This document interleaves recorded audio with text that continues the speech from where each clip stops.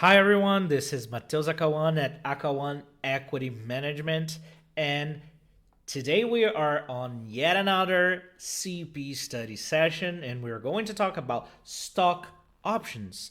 More specifically, we're going to talk about the non qualified stock options. Now,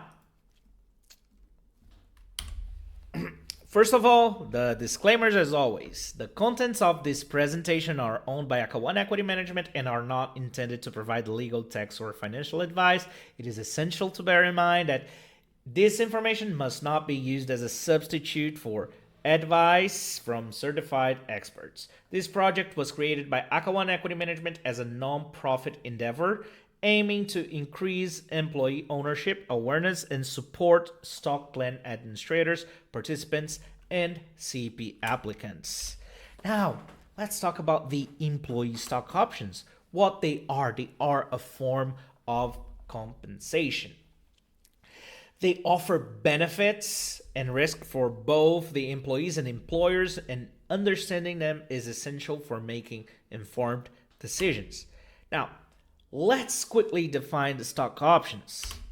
So, employee stock options are contracts that give employees the right but not the obligation to buy or sell a specific number of shares at a predetermined price. Now, this is important. A price will be defined. You will be given the right to purchase stock by that price. The price that the stock is worth at the moment of the exercise does not define how much you will pay for it. So that's where the potential for a huge compensation, or you can treat it as a bonus package for yourself. That's where that opportunity lies at, because it could be that you wait until the stock is worth $10 per share, but you have a $1 exercise price. You are basically getting $9 for free. That's amazing. Now, incentives, they are a way for companies to incentivize and retain employees by offering them a stake in the company's success. They can motivate employees to work harder and think more strategically by aligning their interests with those of the company.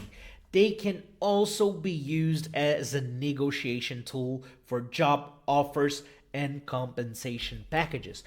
What's in it for the company then? Why would the company give it? Well, there are a few reasons.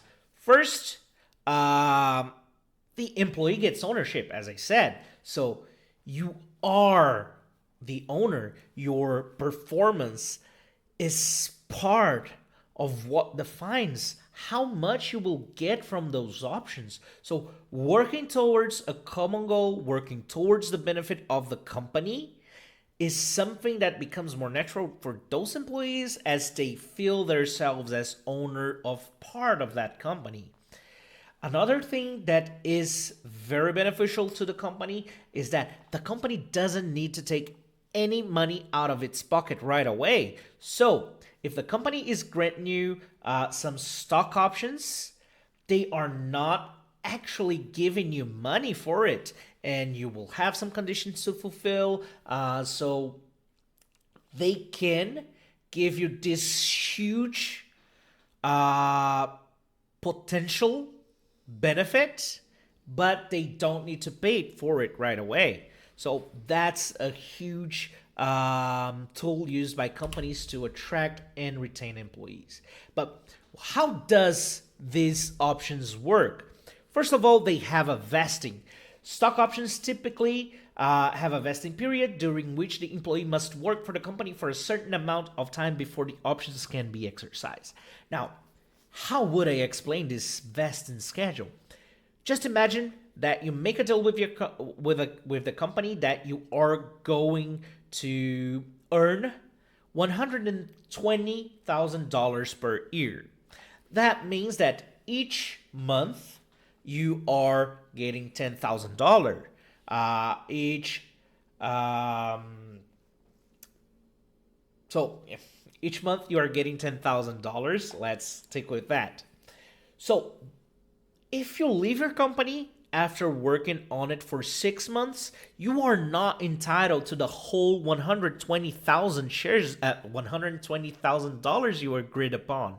You are only entitled to the amount you have actually earned.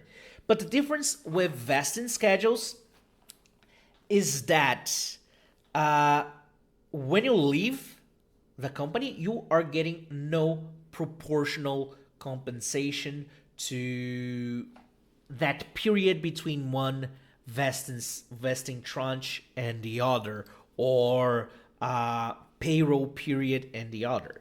That means that if you are paid every first of each month, every first day of each month, and you leave the company one day before that, so on the last day of a month, you are not getting any of the shares you would have vested on the first if you stayed on the company for one additional day. That's the reason why we call equity awards golden handcuffs, because very often you are faced with this scenario where if you stay with a company, the bonus that you will get when you reach the vesting date makes it worth for you to stay some more.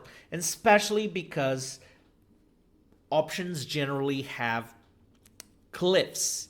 And these cliffs are periods where you vest nothing, but when it's ended, you vest all at once. So imagine that same scenario with $10,000 per month, 120 per year. If you had a 6-month cliff period here, this would mean that if you left on the 5th month, you would get nothing. You go out of the company, get no dollar, get nothing at all. But if you wait for that 6 month, then you get the $60,000 all at once. So that's the cliff period. It's a get to know you period where you vest no shares, so you are not actually getting the right to purchase stock, because the company also doesn't want people, especially private companies, companies that are not traded in the stock market, they are what we call closely held. They don't want people that they can't work with, they don't have a good relationship with, to be a partner. That's not the best idea. So that's one of the reasons why there is a cliff, also to make sure that you are staying at least for the time to make up for the investment they did in training you. So lots of reasons why, and that's why planning and designing stock options plans or equity awards plans in general is such a delicate task. Now, the exercise price, that's very easy. The exercise price is the price you will pay to purchase shares. As I said previously, this is defined by the company when they grant the option to you. So if they are granting you an option and say, well, you have the right to purchase 10,000 shares, and your exercise price is $1, it doesn't matter if your stock appreciates and now 5 years later it is worth $100, you will still pay only $1 to exercise it. But there could be some tax liabilities, so the taxes will definitely be steep for a $99 spread. But the exercise price is the fixed price that you will pay for each share.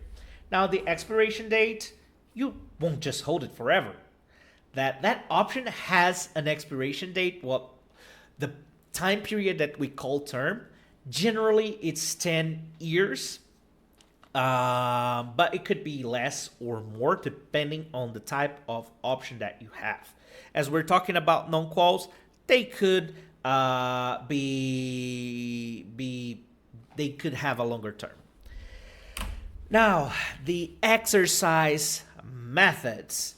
Employees can usually exercise options in a variety of ways, including cash payment or stock swap. So, if you are an employee that already owns stock from the company, you could surrender those shares in exchange for purchasing the new shares.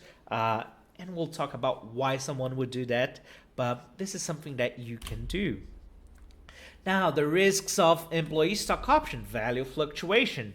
If you purchase the stock now, today, you paid $1 for it. It is now worth $5. But tomorrow, due to a massive crisis, it is worth nothing. Then you have just lost everything that you invested. So do not think that the options have no risk. They kind of have no risk until you exercise them. But when you exercise them, you are actually purchasing stock. So you will be affected by market fluctuation. So you should be aware of your investment.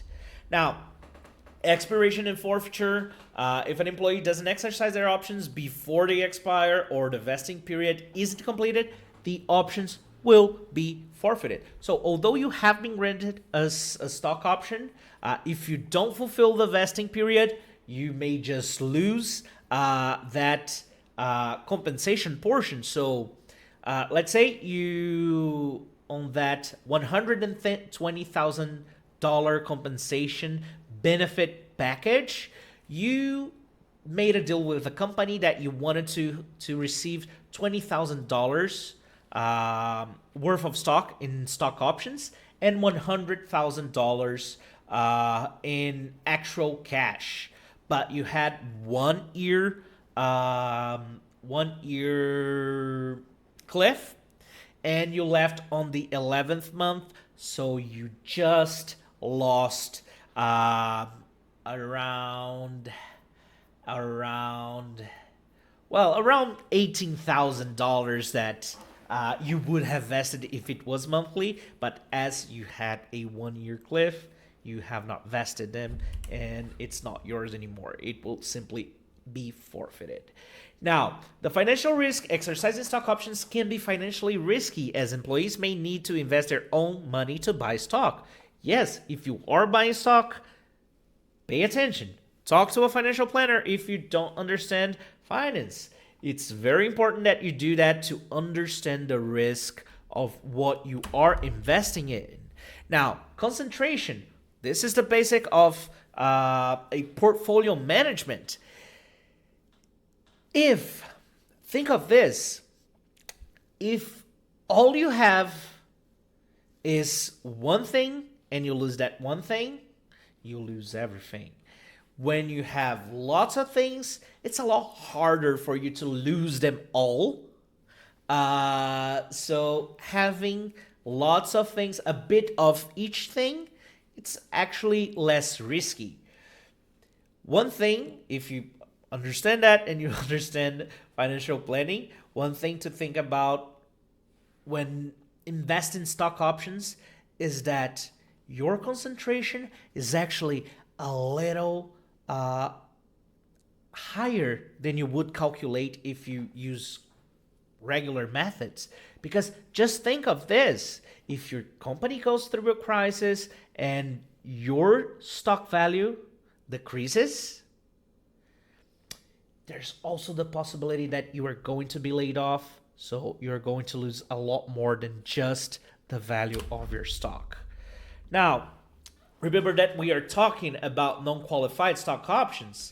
So they are stock that do not qualify for a beneficial tax treatment. We will talk about that type of stock options in another session. Now, the eligibility, NSOs are pretty flexible. They can be offered to any service provider. It could be a director, it could be an advisor, a consultant.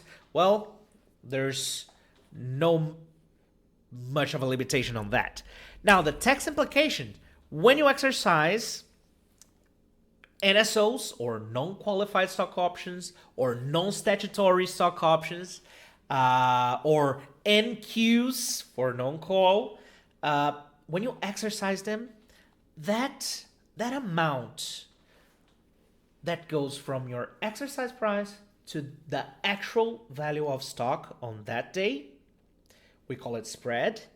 And for tax purposes, we call that ordinary income.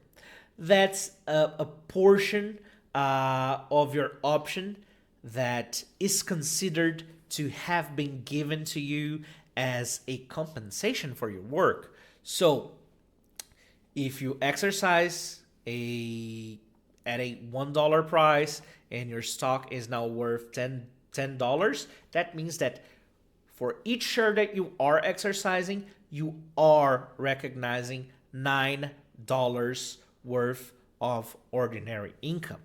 And well, we won't go into the tax calculations, but just wanted you to know that you have tax implications on exercise for NSOs.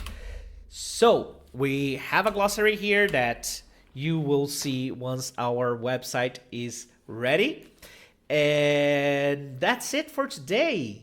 I hope you enjoyed this session. If you liked it, please leave a like. More people will find this video. More people could use this video. We will. And also subscribe. I'm sorry I'm not used to this YouTube thing, but we are going to post more sessions in the future. We are going to cover all of the subjects for the ECA exam before the November exam for 2023. So you could be seeing this in 2024. In any case, subscribe this, do the bell thing, and like this video so more people can find it and, well, use it as an information source. Thank you. Have a good one.